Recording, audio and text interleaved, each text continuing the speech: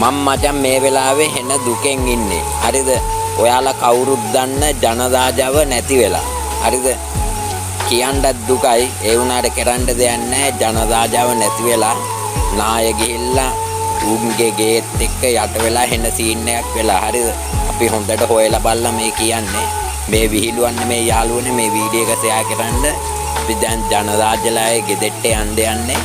මේ වෙන කරන්න දෙයක් නැහැ. අපි උදව්වක් කරමු.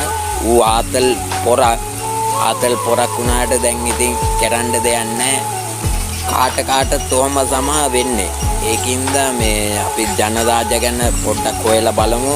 මට ආරංචි ආපු විදියට මේ ජනදාජගේ බොඩියවත් තාම හොයාගෙන නැහැ කවුරු. මේ තාම හොයනවලු. අපි එතෙන්ට ගිහිල්ලා වීඩියෝ එකක් දෙන්නම්. මේ අපි තව පැයක් විතර යද්දි අපි එතෙන්ට යනවා. එතෙන්ට ගිහිල්ලා අනික් වීඩියෝ එක දෙන්න බොඩිය හොයන එක. මේ කොහමයි මචං පව්. හරිද? පොර කුණු අප කියාගෙන ආතල් එකේ හිටියා. ඒ වුණාට දැන් ඉතින් කරන්න දෙයක් නැහැ. පොරේ සද්දයක් බද්දයක් නැති හින්දා අපි පොඩ්ඩක් හොයලා බලුවා. හොයලා බලද්දි තමයි ආරංචි ආවේ මෙහෙමයි මේ උන්ගේ යට වෙලා මේ බොඩියවත් තාම හොයලා නැහැ මෙහෙමයි කියලා අපිට ආරංචි ආවා.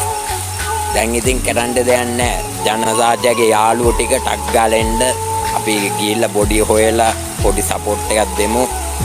මලගෙදෙට්ට පොඩ්ඩක් උදව්වක් දෙමු. හරිද? මේ වීඩියෝ එක වටේම ෂෙයා කරන්න. එක අතකින් පව් වේදී.